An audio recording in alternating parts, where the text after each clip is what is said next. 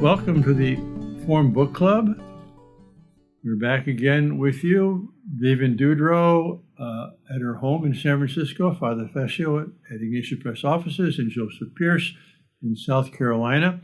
We're going to complete and conclude our discussion of this book, Mercy, what every Catholic should know, but we're going to have a meeting with the author next Monday.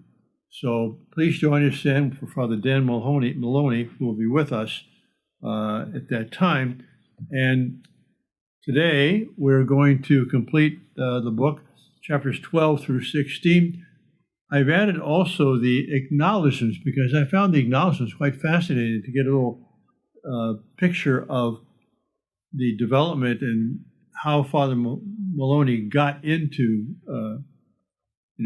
this writing of things, and especially on mercy. Anyway, let's start with chapter 12. Anybody want to pick it up?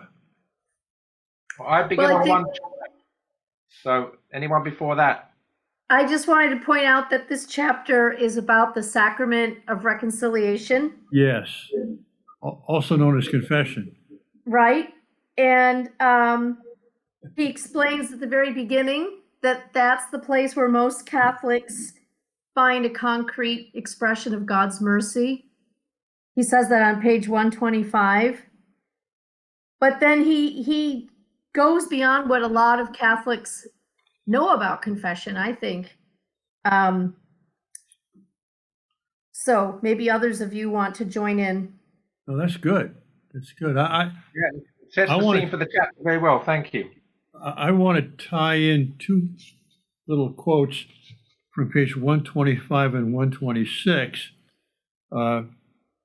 Very first sentence of the chapter, after his quote from the Rite of Penance, he says, on Easter Sunday, Jesus breathed on the apostles, giving them both the Holy Spirit and the power to absolve sins. On page 126, at the bottom, he says, my observation as a priest who hears confessions is that for most people, the dominant feeling upon leaving the confessional is that of a weight having been lifted from them. So I want to tie those things together because it's interesting.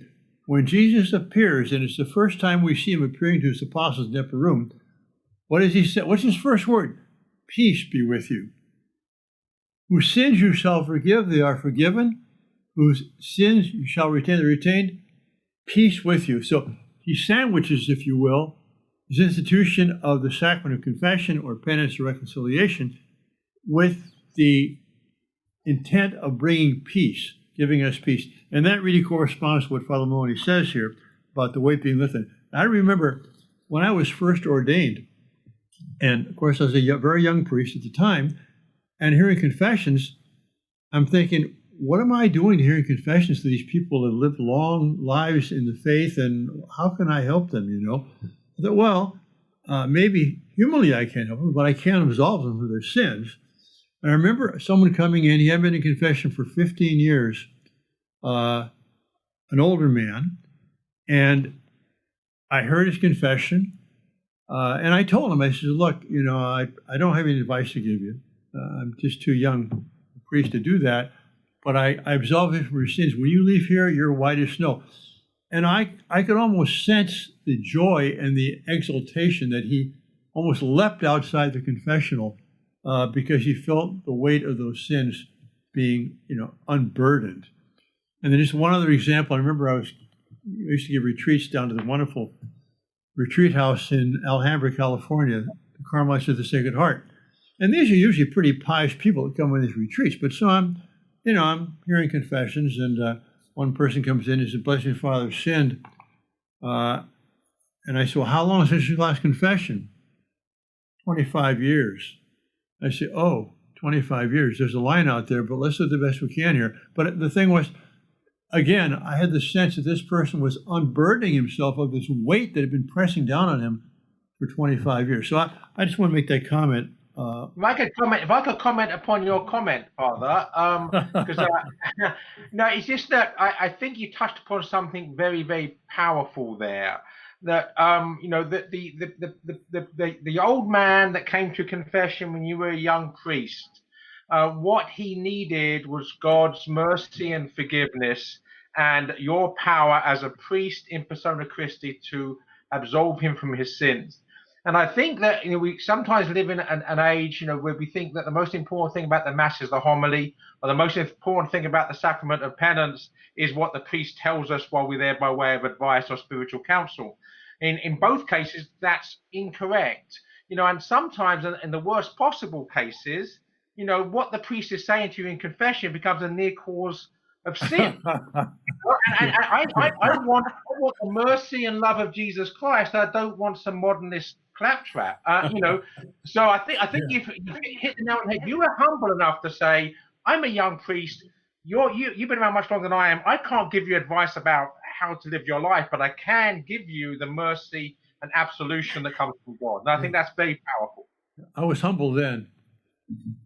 Joseph, that reminds me of the time that I went to confession and received a lot of advice, and I was so angry that I had to go back into the line and go to confession again.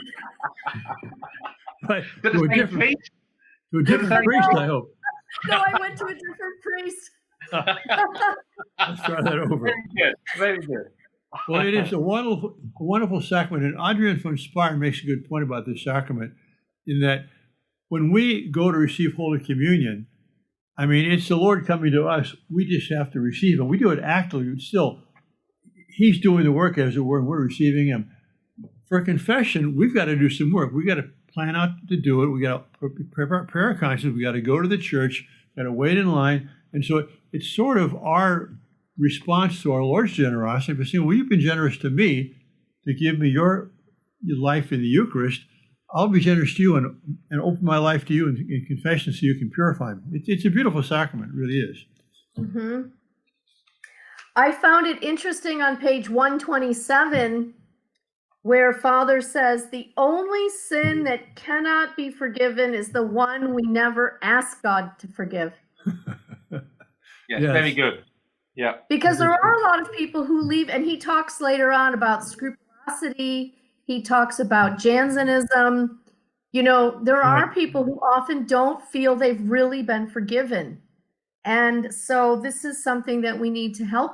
That's an act of mercy to help people to understand. Yeah, the two extremes are, the Jansenist who doesn't believe he needs to be, that he can be forgiven, and the modernist who thinks he doesn't need to be forgiven. And that's the between the two is what we need, right? Amen. That's right. Shall we move on to chapter 12? Chapter 13.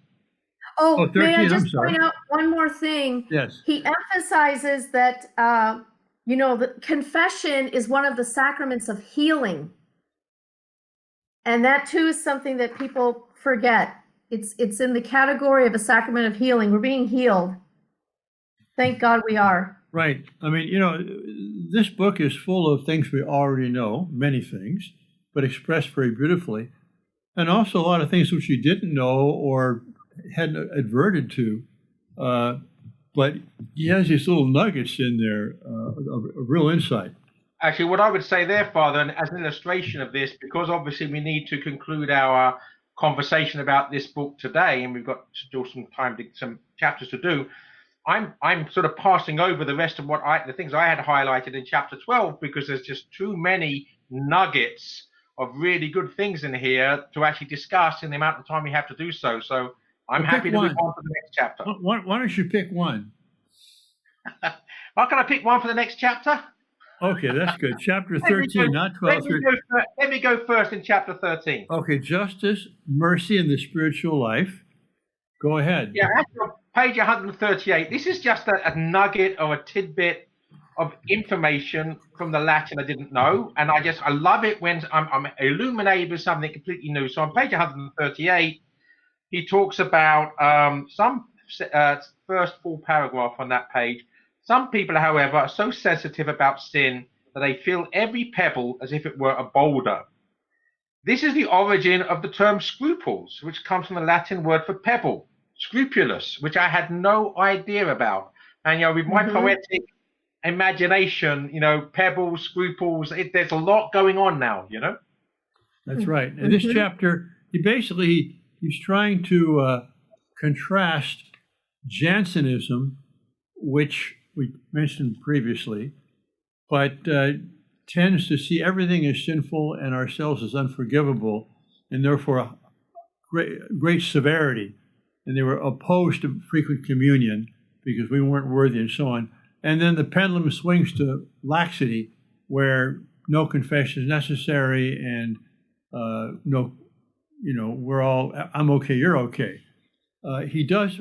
I would say, Father, like just in a general sense here, that the whole section on Jansenism versus mercy, the bulk of this chapter was so informative to me, because I knew what Jansenism was, a sort of form of Catholic Puritanism that beset France in the 16th, 17th century.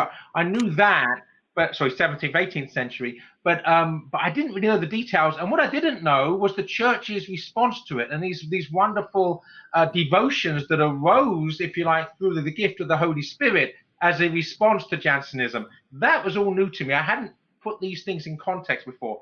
It's wonderful. Well, I would like to make a slight apologia for Jansenius and Jansenism for the benefit of all our Irish viewers and listeners, because it is something which is kind of typical of old or traditional Irish piety. But Blaise Pascal was a follower of Jansen. And Blaise Pascal was an exemplary Catholic and an incredible scientist and mathematician. And his pensées, his thoughts, are classics. So, as they say, history is written by the winners. And since we've kind of defeated Jansenism theologically, it's easier to reject it entirely and paint it in a very unflattering light. And to some extent, it deserves that. Nevertheless, there was a good impulse behind it, the desire to be pure and to live a fully holy life and be holy as God is holy. That's a difficult task. So it can be distorted, and it was distorted in scrupulosity, as you brought up, Joseph, and too much reflection on oneself, looking at oneself and, I'm imperfect, I'm not worthy. Well, that's true. But therefore, come to the altar of mercy, come to confession and get yourself purified. And then you mentioned, Joseph, the church's response. I thought it was great how he showed out what really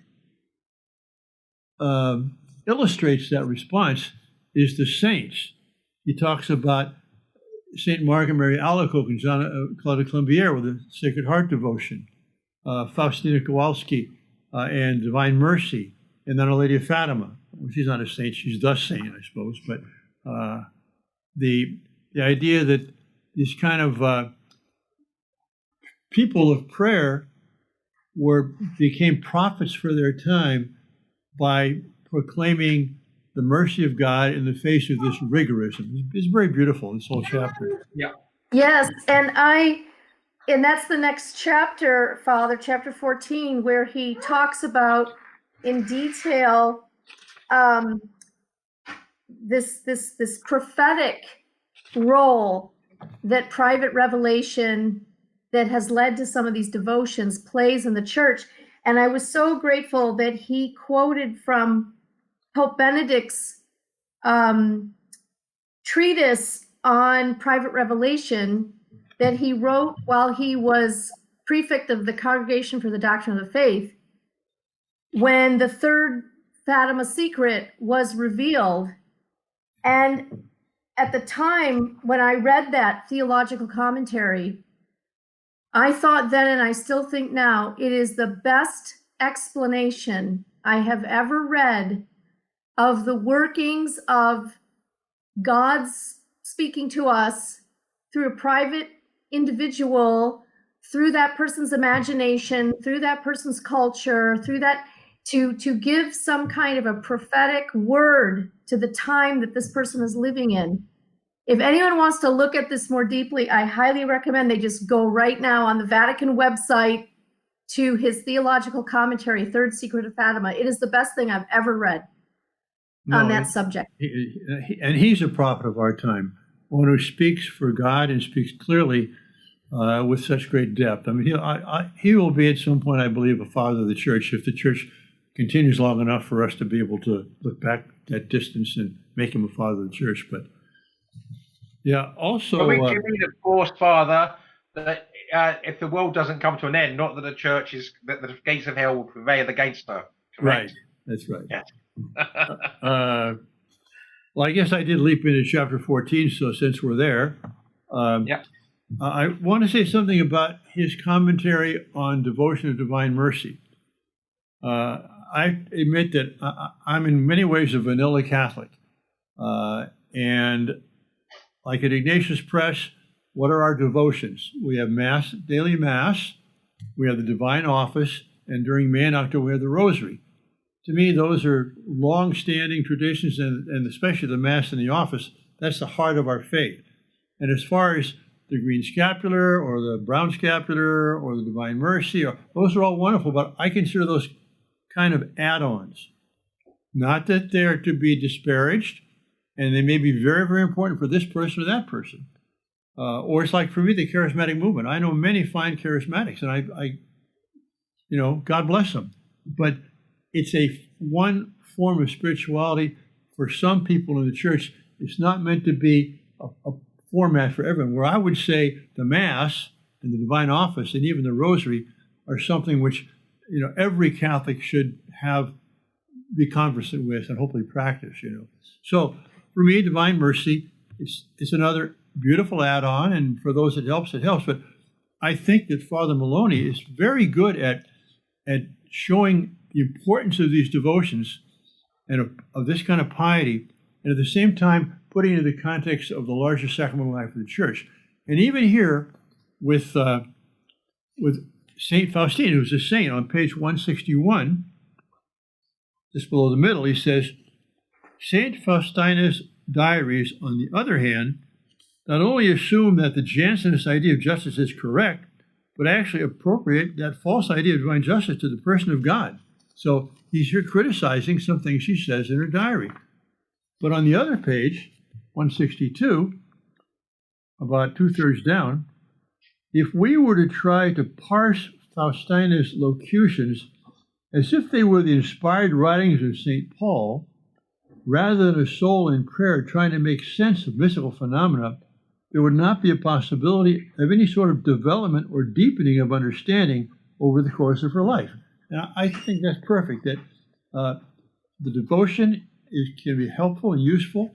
Her diaries can be inspiring, but they're not the word of God in Paul, and she herself, as a receptor of the inspiration, also focuses it, or sometimes maybe distorts it a bit by her surroundings and her culture and her background and her personal talents.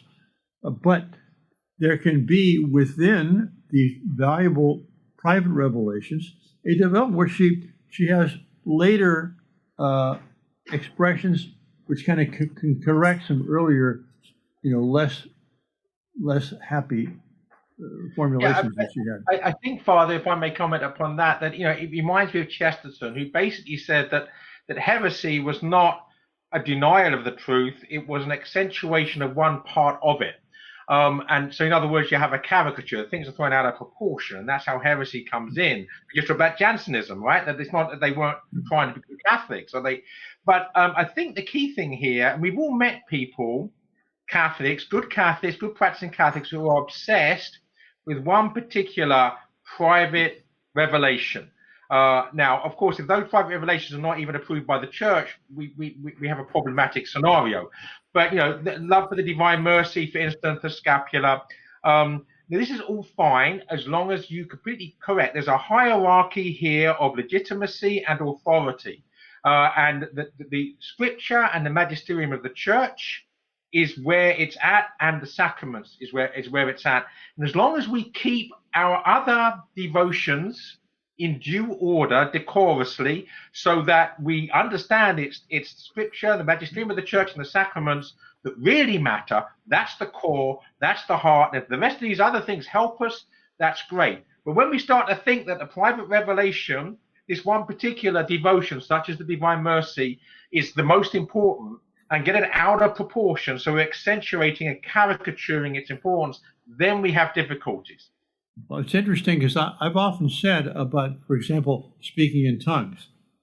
I don't deny it's possible, and even it happens, but it should have the same proportional presence in our life as it does in Scripture. It's in St. Paul's letters, no question about it, but it's a very small part, So I believe all these things should take their proportionality, so to speak, from the total life of the church. And that leads me to this also on the liturgy, because let's look at these devotions. We now have in the liturgical year a Feast of the Sacred Heart. We have a Sunday of Divine Mercy. We have Our Lady of Fatima. And so what's been contributed to the church has been integrated into the whole cycle. And I think to fixate oneself on one feast day is a mistake. Now, you can have a religious order that their charis is going to be, like the Redemptorists began by redeeming captives, right? So, no, I don't think that's right. That's the order of the Holy Trinity for the redemption of captives. But so they came in a historical point of, where they needed that kind of a particular religious order, but they carry on that particular charism even today in a modified way. So yes, I think you can have, or like you have the Madams of the Sacred Heart. Okay, well, they want to put their lives and their charism under that kind of patronage and focal point. That's good. But in terms of our lives as Christians and as Catholics, I believe we have to conform ourselves to the fullness of the life of the church and not overemphasize any one particular thing. I agree. That's my story. I'm sticking with it. Well, one of the beautiful things about the Catholic Church, there really is something for everybody. That's right. all of these cultures, all of these local customs and saints and devotions and all of that. There's just room in the church for all of it. And I think that's a beautiful thing. But I agree with you both and with the author that any one thing exaggerated now becomes something grotesque. And so good thing that the church and the catechism emphasizes this, that it's the office of the bishop to correct when local charisms or devotions or whatever get carried away. This is part of the office of the bishops to make these corrections when needed. And he makes a point here, which was very clear. After the council, Vatican Council II, there was an iconoclastic movement where they tried to get rid of devotions, and get rid of statues and get rid of the rosary and that sort of stuff. And you can't, even though the Mass is the source and summit, and nothing can compete with it or be superior to it, it's not meant to be an isolated event without any kind of circumstantial surroundings. And so we actually need to have family traditions, private devotions, certain special interests that you have or pilgrimages you make. And the church is kind of like in a desert if you don't have those. So it's Catholicism means bringing everything together, katholos, according to the whole. And by the way, Joseph, was it James Joyce who defined the Catholic Church as "here comes everybody," or was that someone else? I have no idea. Vivian? I've heard that quote, and now I can't remember who said it. Well, we'll have to Google that afterwards. Okay. Thomas, you raised your hand. It was a thumbs up. Oh, thumbs up. Okay. Thumbs up that it was Joyce? Yes. Yes. Okay, good. Yeah. Thomas is a literary, but we have a very literary cameraman here. Something new here. That's always good. Yes. All right. Yes. How about I did happen to notice. Oh, good. You won't be surprised based on my story of how I had to go to confession right after having gone to confession, that he says that these devotions of mercy that have come to us in somewhat modern times are an antidote to our era of anger. Yes, he says it on page 165. Our politics runs on anger, and the politicization of more and more of society makes us angrier and angrier. And then going to the next graph, the habit of anger bleeds over into personal life, or maybe it's going the other way around. You know, if the personal is political, right, Joseph? Yeah, and the problem is, of course, that once you live in a secularized culture, politics is the only answer. So it all becomes dogmatic, and therefore it all becomes problematic. And of course, in the absence of God, it also lacks charity. So we are where we're obviously going to be if we leave God out of the equation. And speaking of charity and Father's mention of the gifts mentioned in St. Paul, after he goes down that whole list of gifts, including prophecy and teaching and all these things, what does he say? Right. Seek the higher gifts, faith, hope, and charity. So and these charity remains. Yep. And charity being the highest. Yeah. So that's how he brings this book to a close. He looks at the corporal and spiritual works of mercy, and kind of showing us that this is really what the Christian life is all about. I like the way you've sort of shepherded this there very, very cleverly towards the conclusion as we're getting towards the end of our time. But what I would say, Vivian, as you brought charity into the equation here, on page 177, there's a subsection, charity begins at home. Yes. And I won't read through it because I know we're getting short of time here, but the gist of it, because then again, that is going to raise certain hackles. So hang on a second, that's very sort of, about your own family, your own tribe, your own nation, whatever, your own neighborhood. But really, if when people say to me when I'm talking about economics, such as distributism, well, how can you change the world? Look at the globalized economy. Look at globalism. Look at the power of the global corporations. What can you do? You're nobody. Well, what you do things locally, right? You rebuild your local economy. And what's true of the physical economy is true of the economy of grace. You have to begin with people that actually that you come across in your everyday life. In fact, you have to presume if someone comes across you in everyday life, they've been put there providentially for you to do something about them. Like real incarnate people, not abstract concepts. That's what we need. Right. And that's exactly what Mother Teresa said. You can only love the person in front of you. Yes. When people start talking in abstractions like loving humanity, right, go running in the other direction. Yeah. On this chapter 15 here, I do want to go to page 168, his own quotation of Thomas Aquinas. This is very good. After he lists the corporal and spiritual works of mercy, he says, St. Thomas organizes these all under the category of almsgiving, dare eleemosynam, which he defines as, quote, a work by which something is given to someone who is needy out of compassion because of God, close quotes. So that's, his whole book has been reinforcing this idea that mercy is not laxity. Mercy is being able to give to someone what they need, what that person needs, to make him or her better or more whole.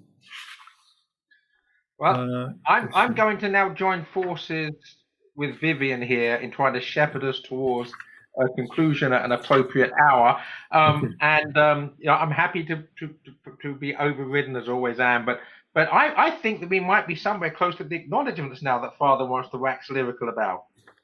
Well, you're skipping over Our Lady. Heaven forbid. I'm skipping over loads of things, actually. It's a beautiful chapter, an excellent concluding chapter. And he talks about the fact that Our Lady is both mirror of justice and mother of mercy. So, again, right. And what, if we are going to talk about Our Lady, you're now making me feel guilty, Father. I love the section on page 185 onwards, the Heavenly Lady appearing on earth, and the way the providential moments, it's as if she arrives like the 7th Cavalry in old westerns in the nick of time. So Mexico, basically the efforts because of their worldliness had failed. So then she appears. Alida Guadalupe converts Mexico. And then the French Revolution, that first secularist revolution, you have all these Marian apparitions in the 19th century. Where? In France, right? And then 1917, the Communist Revolution, right? We have Our Lady of Fatima in 1917 appearing and warning us about the rise of secularism, the need for Russia to be consecrated to God, etc. In other words, we see the hand of God's providence in Our Lady's action in relation to really political things that are happening in the world, which is marvelous in the literal sense.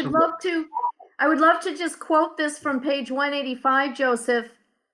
These interventions, meaning these apparitions, qualify as merciful acts, and on a grand scale at that, since they responded to the deficiencies and needs of the church in a particular time and place.